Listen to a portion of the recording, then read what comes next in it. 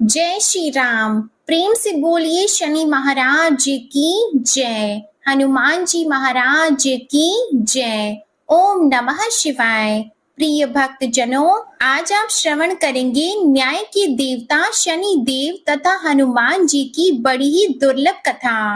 पुराणों के अनुसार शनि देव का एक नाम कृष्ण भी है। यह नाम स्वयं श्री कृष्ण भगवान ने शनि देव को दिया था।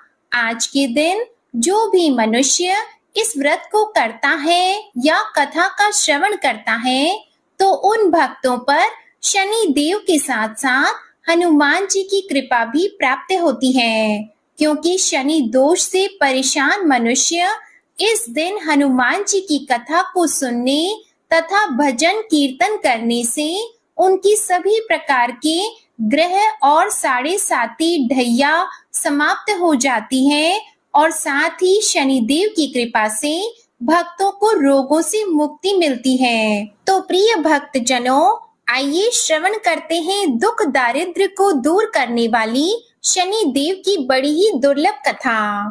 किसी गांव में एक बहुत ही विद्वान ब्राह्मण रहा करता था।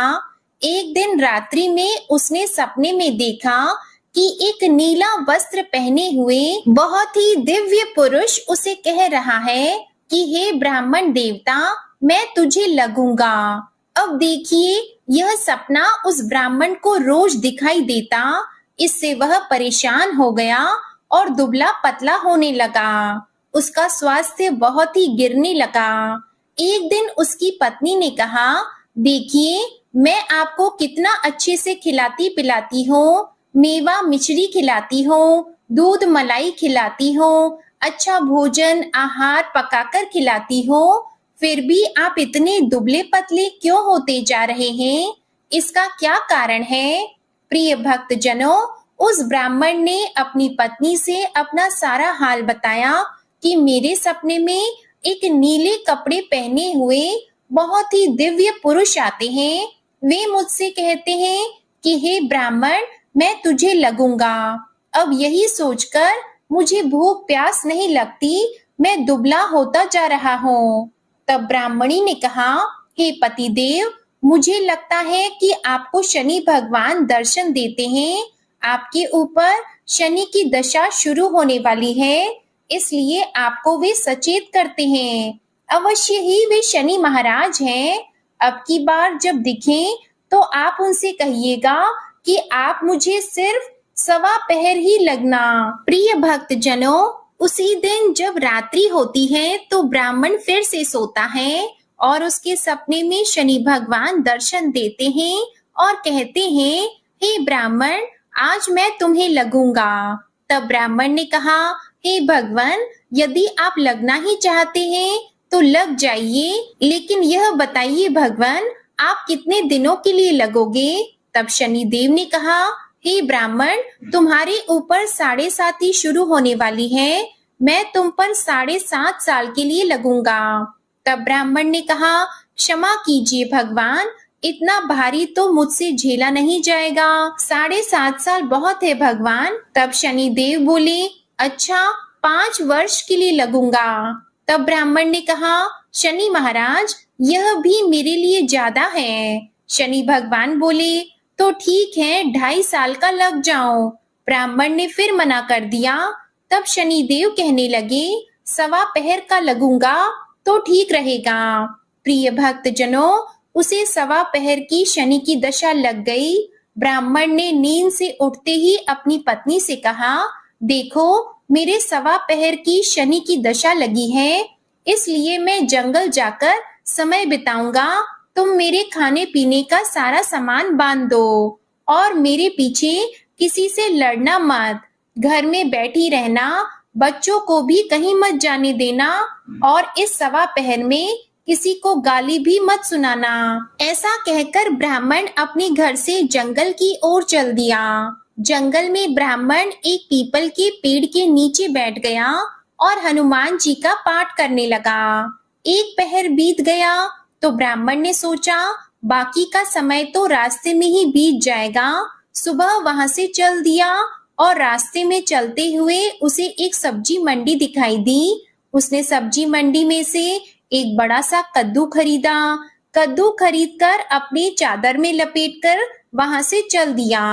तभी रास्ते में शनि महाराज एक साधु का वेश बदलकर उसके पास आते हैं और कहते हैं, तुम्हारे चादर में क्या है? ब्राह्मण ने कहा, हे साधु महाराज, मेरी इस चादर में तो कद्दू है। साधु ने कहा, अच्छा कद्दू है तो दिखाओ। जब ब्राह्मण ने अपना चादर दिखाया तो आश्चर्य, उसमें तो उस राज्य के राजा के बेटे का कटा हुआ सर था। यह देखते ही साधु महाराज, जो कि शनिदेव थे, उस ब्राह्मण को लेकर राज दरबार में पहुंच गए और राजा से कहने लगे, महाराज यह देखिए, यह दुष्ट दुराचारी आपके पुत्र की हत्या करके उसके सिर को काट के अपने चादर में लेकर घूम रहा था, इसे आप दंड दीजिए। प्रिय भक्त जनों, राजा ने जब सुना कि उस ब्राह्मण ने उसके पुत्र को मार दिया है, राजकुमार की हत्या कर दी है, तब राजा बहुत ही क्रोधित हुआ। उसने कहा, मुझे मत दिखाओ, मुझसे यह सब कुछ देखा नहीं जाएगा। हे सैनिकों, तुम इसे तुरंत ले जाओ और इसे सूली पर चढ़ा दो। जब नगर में यह समाचार कि राजा के पुत्र का सिर कट चुका है, एक ब्राह्मण ने उसकी हत्या कर दी है, तो नगर में हाहाकार मच गया और उस ब्राह्मण को सैनिक सूली पर चढ़ाने के लिए ले गए। जब फांसी पर चढ़ाने ही वाले थे, तब जैसा कि नियम होता है, मरने वाले से उसकी अंतिम इच्छा को पूछा जाता है, तो सैनिकों ने भी ब्राह्मण के अंतिम इच्छा को पूछा। सैनिकों ने कहा, हे ब्राह्मण, बताओ तुम्हारी अंतिम इच्छा क्या है?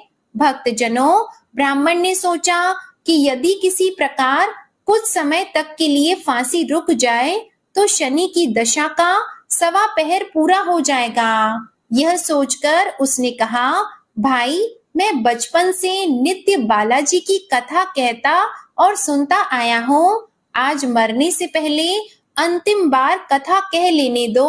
अब क्या था? फांसी देने वाले सैनिकों ने उसकी आखिरी इच्छा पूर्ण होने तक फांसी को रोक दिया। कहानी कहते कहते 1.25 पहर पूरा हो गया। शनि की दशा खत्म हो गई। अब इधर देखिए, राजा का जो पुत्र था राजकुमार, वह जंगल से शिकार खेलकर वापस राजमहल में आ गया। राजमहल में राजकुमार को देखते ही राजा बड़ा ही प्रसन्न हुआ, लेकिन मन ही मन उसे डर भी लगा। यदि उस निर्दोष ब्राह्मण को फांसी चढ़ा दिया गया होगा तो ब्राह्मण हत्या का दोष लग जाएगा। अब क्या था? राजा ने 2 घुड़सवार को जल्दी से फांसी घर की तरफ दौड़ाया और ब्राह्मण को आदर सहित दरबार में आने का हुक्म दिया। ब्राह्मण राज दरबार में उपस्थित हुआ तो राजा ने क्षमा याचना मांगते हुए कहा कि आपके बगल में जो चादर है उसे खोल कर दिखाओ। राजा की आज्ञा के अनुसार ब्राह्मण ने चादर खोली तो उसमें कद्दू था। राजा ने ब्राह्मण को बहुत सा धन दिया और पूछा, हे ब्राह्मण देवता, मुझे यह समझ में नहीं आया, इस सब के पीछे रहस्य क्या है? यह सब क्यों हुआ? आखिर यह सब था क्या? तब ब्राह्मण ने कहा, हे महाराज, मुझे 1.25 पहर की शनि की दशा लगी थी, इसलिए यह सब कुछ हुआ। राजा ने कहा, हे ब्राह्मण, शनि देव की दशा किस प्रकार टलती है? ब्राह्मण ने कहा, हे राजन, यदि राजा या सेठ को यह दशा लगती है तो काला हाथी या काला घोड़ा दान करना चाहिए। गरीब को शनि की दशा लगती है तो पीपल की पूजा करनी चाहिए और शनि की कहानी सुननी चाहिए। तिल, तेल और काला उड़द आदि का दान करें। काले कुत्ते को तेल चुपड़ी रोटी खिलाएं तो शनि की दशा उतर जाएगी। अब देखिए, राजा ने उस ब्राह्मण को कद्दू वापस किया। अब घर आकर ब्राह्मण ने कद्दू अपनी पत्नी को दिया। जब उसकी पत्नी ने सब्जी बनाने के लिए उस कद्दू को काटा तो उसके बीजों की जगह हीरे मोती निकलने लगे। तब ब्राह्मणी ने पूछा, हे पतिदेव, यह सब क्या है? इसमें से हीरे मोती कैसे निकल रहे हैं? इसे कहाँ से लाए हैं आप? तब ब्राह्मण ने कहा, हे प्रिय, जब शनि की दशा लगी थी तो यह कद्दू कुंवर का सिर बन गया था और जब दशा उतरी है तो शनि महाराज ने कैसे निहाल कर दिया, हमें माला माल कर दिया। हे शनि देवता, जैसे ब्राह्मण को शनि की दशा लगी वैसे किसी को भी शनि की दशा ना लगे। जैसे ब्राह्मण को धन दौलत मिला वैसे सबको धन दौलत मिले। कथा कहानी कहते सुनते होकार भरते सबको मिले। बोलिए श्री शनि देव की जय। ओम नमः शिवाय। प्रिय भक्त जनों, आइए अब सुनते हैं भगवान शनि देव की दूसरी कथा। यह कथा सुनने से भक्तों को मनोवांछित फल की प्राप्ति होती है। नर्मदा नदी के किनारे एक गांव में बहुत ही बड़े साहूकार का परिवार निवास करता था। साहूकार की मृत्यु हो चुकी थी। घर में साहूकारनी और उसके 2 बेटे, एक बड़ी बहू थी। साहूकारनी का छोटा बेटा मानसिक रोग से ग्रस्त था। उसकी मानसिक स्थिति ठीक नहीं थी। साहूकारनी की बड़ी बहू तारा को विवाह के कई वर्ष बीत गए थे, पर अभी तक उसे संतान नहीं हुई थी। तारा को सदैव यही भय था कि कहीं उसके पति संतान पाने के लिए दूसरा विवाह ना कर ले। यदि उसके पति ने दूसरा विवाह कर लिया तो उसे सौतन का दुख सहना पड़ेगा। प्रिय भक्त जनों, इसी डर से तारा ने एक योजना बनाई और उसने अपने घर में काम करने वाली नौकरानी चंदा से अपने देवर चंदन का विवाह कराने के लिए अपनी सास साहूकारनी तथा अपने पति को मना लिया। चंदा स्वभाव से बड़ी ही दयालु तथा कृष्ण भक्त थी। वह बचपन से ही उसी साहूकार के घर काम करती थी। उसका अपना कोई नहीं था। अब चंदा का विवाह मानसिक रोगी चंदन से करा दिया गया।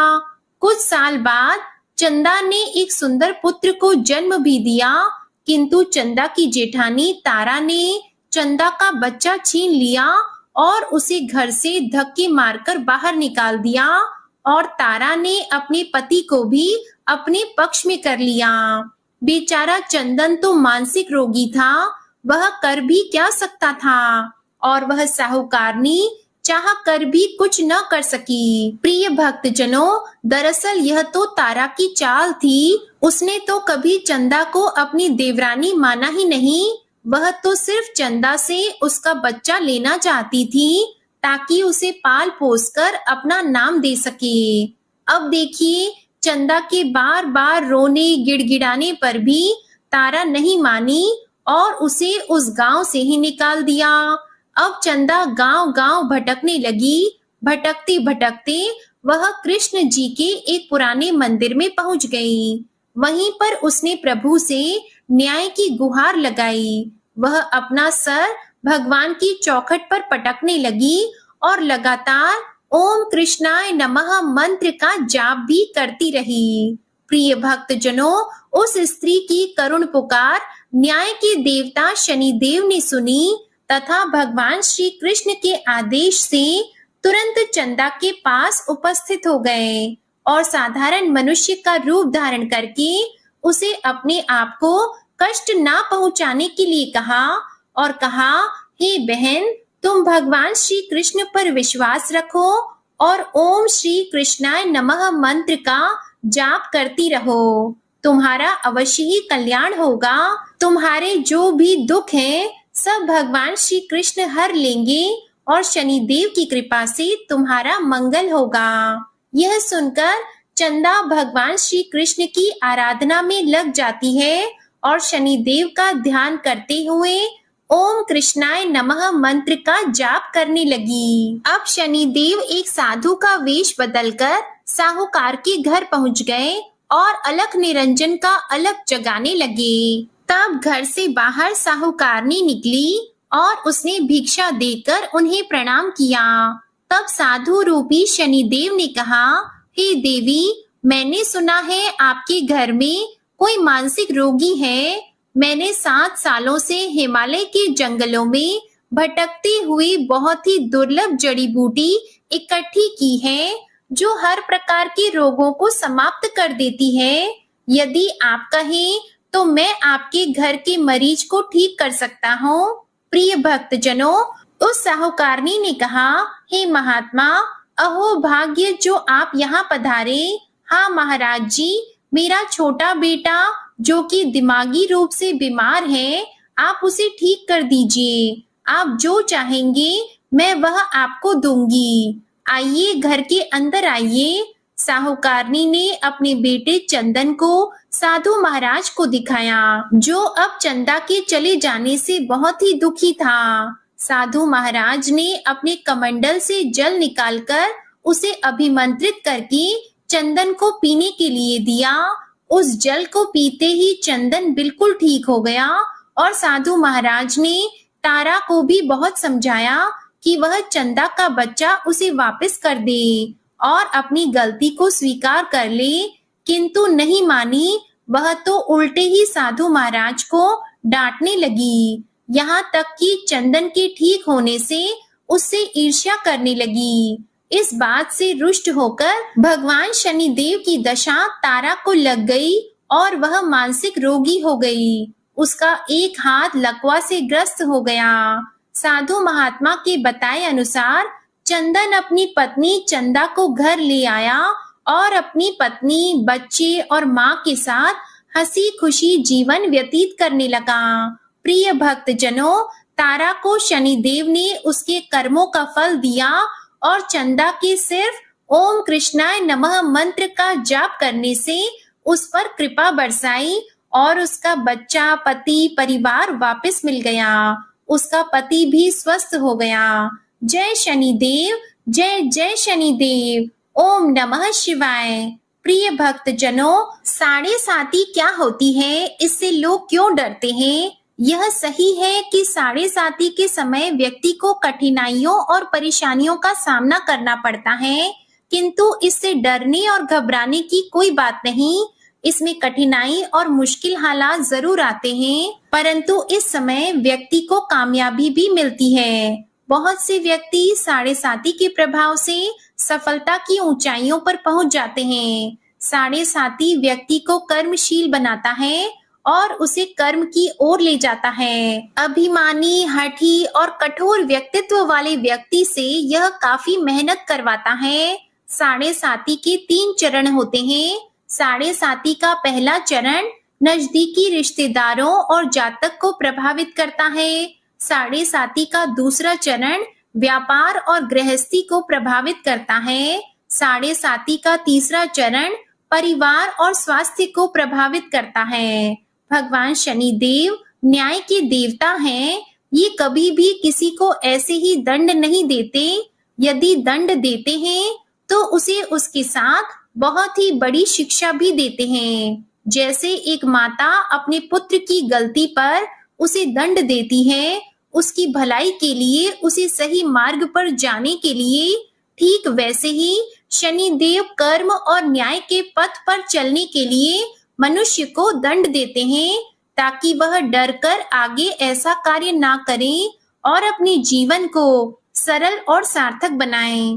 भगवान शनिदेव तो न्याय की मूर्ति हैं। इनकी पूजा और भक्ति करके व्यक्ति धन ऐश्वर्य से संपन्न हो जाता है और सफलता की नई ऊंचाइयों को छूता है, जीवन में तरक्की करता है, घर में सुख समृद्धि वैभव का आगमन होता है और व्यक्ति का जीवन बड़ा ही सुखमय हो जाता है। शनिदेव भगवान को प्रसन्न करने के लिए शनिवार के दिन पीपल के पेड़ के नीचे शाम को दिया अवश्य जलाएं और कुत्ते को तेल से चुपड़ी रोटी खिलाएं। शनिवार को जल में तिल डालकर पीपल को चढ़ाएं। इससे शनिदेव अत्यंत प्रसन्न होते हैं और ओम कृष्णाय नमः महामंत्र का जाप भी करें। ओम गंग गणपतये नमः। अब सुनिए हनुमान जी की कथा। पौराणिक कथा के अनुसार बहुत समय पहले की बात है, एक साहूकारनी थी, उसका बेटा और बहू थे। पति की मृत्यु युवावस्था में ही हो गई थी और इस तरह उस साहूकारनी का रोज का नियम था, वह हनुमान जी के मंदिर में जाती और साथ में हलवा, पूरी और चूरमा बनाकर ले जाती और हनुमान जी से कहती, कांधे सोटो लाल लंगोटो, हनुमान जी खायो चूरमे और रोटी। मैंने तुम्हें दिया जवानी में, तुम मुझे देना बुढ़ापे में। अब क्या था, पूजा करने के बाद वह साहूकारनी अपने घर आई तो उसकी बहू बोली, सासू जी तुम चूरमा रोटी लेकर कहाँ जाती हो रोज? वह साहूकारनी बोली, मैं बालाजी के मंदिर में जाती हूँ। वह बोली, मंदिर में तो नहीं जाती हैं आप, हमें तो लगता है आप अपने खाने के लिए रोज चूरमा और हलवा बनाती हैं और चोरी चुपके जाकर कहीं खा लेती हैं। प्रिय भक्तजनों, सास अपनी बहू की बातें सुनती है तो भी कुछ नहीं बोलती और उसका मन बड़ा ही दुखी होता है। उसे यह दुख होता है कि वह भगवान की भक्ति करती है और उसकी बहू उसे चटोरी कह रही है। अब क्या था, दुख के मारे वह जाकर अपने कमरे में सो जाती है। सोते सोते 5 दिन हो गए। हनुमान जी सपने में आए और बोले, हे साहूकारनी, तूने तो जवानी में दिया है, मैं तुझे बुढ़ापे में देता हूँ। साहूकारनी बोली, हे हनुमान जी, आज तो आप मुझे खाने के लिए दे देंगे, लेकिन रोज कौन देगा?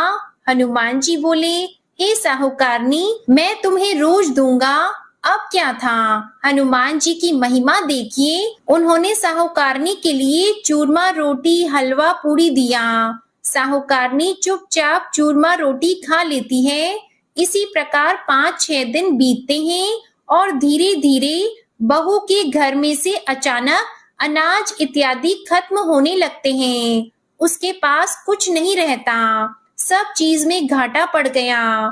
बहू ने सोचा, सास को 7 दिन हो गए हैं, मैंने तो उन्हें खाने को कुछ दिया भी नहीं, देखूं तो कैसी है।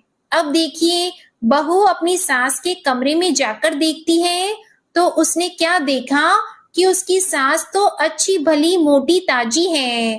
बहू बोली, सासू जी, मैंने तुम्हें खाने को भी नहीं दिया और तुम क्या खाती हो, इतनी स्वस्थ और मोटी ताजी हो। सास बोली, मुझे तो हनुमान जी मीठी मीठी हलवा और रोटी दे जाते हैं, मैं वही खाती हूँ। अब क्या था, बहू सास के पैर में गिर गई, उसे पछतावा हुआ। वह बोली, हे सासू माँ, हम तो तुम्हारे भाग्य का खाते हैं, हमारे घर में तो कुछ भी नहीं रहा।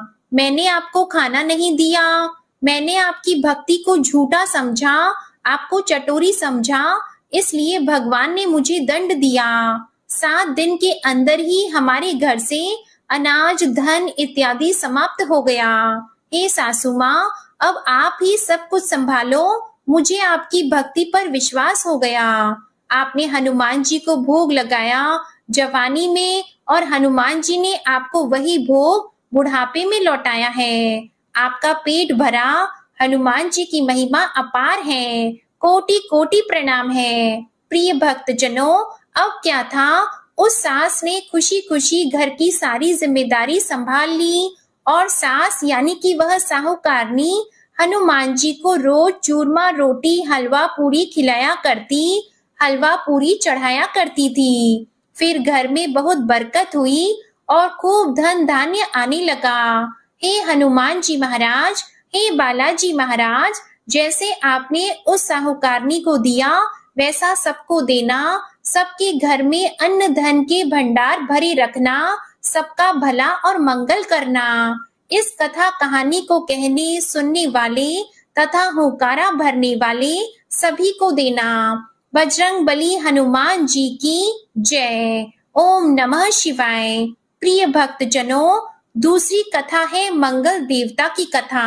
एक नगर में एक वृद्धा रहती थी। उसका एक ही पुत्र था। उस वृद्धा की हनुमान जी पर बहुत गहरी आस्था थी। वह हर मंगलवार का व्रत रखती थी और हनुमान जी की पूजा आराधना करती थी। एक बार हनुमान जी ने अपनी भक्तिनी उस वृद्ध महिला की श्रद्धा का परीक्षण करने का विचार किया।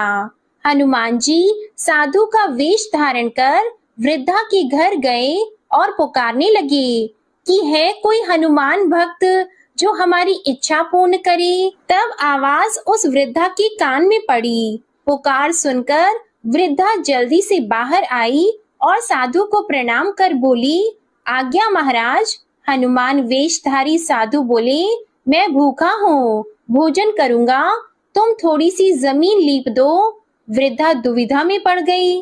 अंततः हाथ जोड़कर बोली, महाराज, लीपने और मिट्टी खोदने के अतिरिक्त आप कोई दूसरी आज्ञा दें, मैं अवश्य पूर्ण करूंगी। साधु ने 3 बार प्रतिज्ञा कराने के बाद कहा, तू अपने बेटे को बुला, मैं उसकी पीठ पर आग जलाकर भोजन बनाऊंगा। यह सुनकर वृद्धा घबरा गई, परंतु वह प्रतिज्ञाबद्ध थी। उसने अपने पुत्र को बुलाकर साधु को सौंप दिया। साधु वेशधारी हनुमान जी ने वृद्धा के हाथों से ही उसके पुत्र को पेट के बल लेटाया और उसकी पीठ पर आग लगवा दी। आग जलाकर दुखी मन से वृद्धा अपने घर में चली गई। इधर भोजन बनाकर साधु ने वृद्धा को बुलाकर कहा कि उनका भोजन बन गया है, तुम अपने पुत्र को पुकारो ताकि वह भी आकर भोग लगा ले। इस पर वृद्धा बोली, उसका नाम लेकर मुझे और कष्ट न दें। लेकिन जब साधु महाराज नहीं माने तो वृद्धा ने अपने पुत्र को आवाज लगाई। वह अपनी माँ के पास आ गया और अपने पुत्र को जीवित देखकर वृद्धा को बहुत आश्चर्य हुआ। वह साधु के चरणों में गिर पड़ी। तब हनुमान जी अपने वास्तविक रूप में प्रकट हुए और वृद्धा को भक्ति का आशीर्वाद दिया। तो प्रेम से बोले, शंकर भगवान की जय हो, बजरंग बली की जय हो। प्रिय भक्त जनों, अब सुनिए हनुमान जी की तीसरी कथा। पौराणिक कथा के अनुसार ऋषि नगर में केशवदत्त नामक एक ब्राह्मण अपनी पत्नी सावित्री के साथ रहते थे। केशवदत्त के घर में धन संपत्ति की कोई कमी नहीं थी। नगर में सभी केशवदत्त का सम्मान करते, लेकिन केशवदत्त संतान नहीं होने से बहुत चिंतित रहता था। दोनों पति पत्नी हर मंगलवार को हनुमान जी की पूजा करते। विधिवत मंगलवार का व्रत करते हुए वर्षों बीत गए। ब्राह्मण बहुत निराश हो गया, लेकिन उसने व्रत करना नहीं छोड़ा। कुछ दिनों बाद केशवदत्त हनुमान जी की पूजा करने के लिए जंगल में चला गया। उसकी पत्नी सावित्री घर में रहकर मंगलवार का व्रत करने लगी। दोनों पति पत्नी पुत्र प्राप्ति के लिए मंगलवार का विधि पूर्वक व्रत करने लगे। सावित्री ने अगले मंगलवार को व्रत किया, लेकिन किसी कारणवश उस दिन सावित्री हनुमान जी को भोग नहीं लगा सकी और उस दिन वह सूर्यास्त के बाद भूखी ही सो गई। काम की अधिकता के कारण उससे यह भूल हो गई थी। अगले मंगलवार को हनुमान जी को भोग लगाए बिना उसने भोजन नहीं करने का प्रण कर लिया। अब क्या था, 6 दिन तक भूखी प्यासी रही। 7वें दिन मंगलवार को सावित्री ने हनुमान जी की पूजा की, लेकिन तभी भूख प्यास के कारण सावित्री बेहोश हो गई। हनुमान जी ने उसे सपने में दर्शन देते हुए कहा, उठो पुत्री, मैं तुम्हारी पूजा से बहुत प्रसन्न हूँ। तुम्हें सुंदर और सुयोग्य पुत्र होने का वर देता हूँ। यह कहकर हनुमान जी अंतर ध्यान हो गए। उसी समय सावित्री ने उठकर हनुमान जी को भोग लगाया, स्वयं भोजन किया।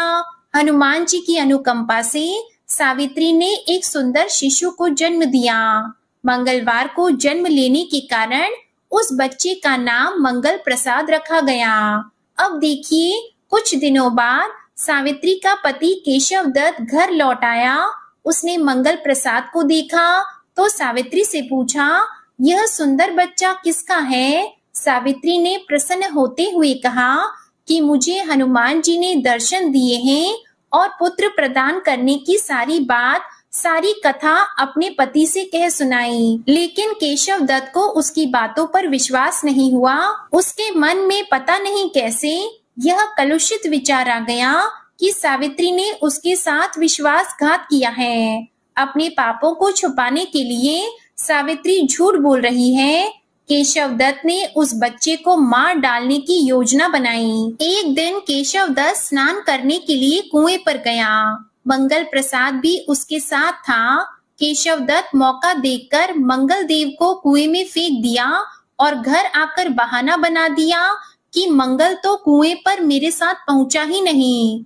केशव दत्त के इतना कहने के ठीक बाद मंगल दौड़ता हुआ घर में आ गया। केशव दत्त मंगल को देखकर बुरी तरह हैरान हो गया।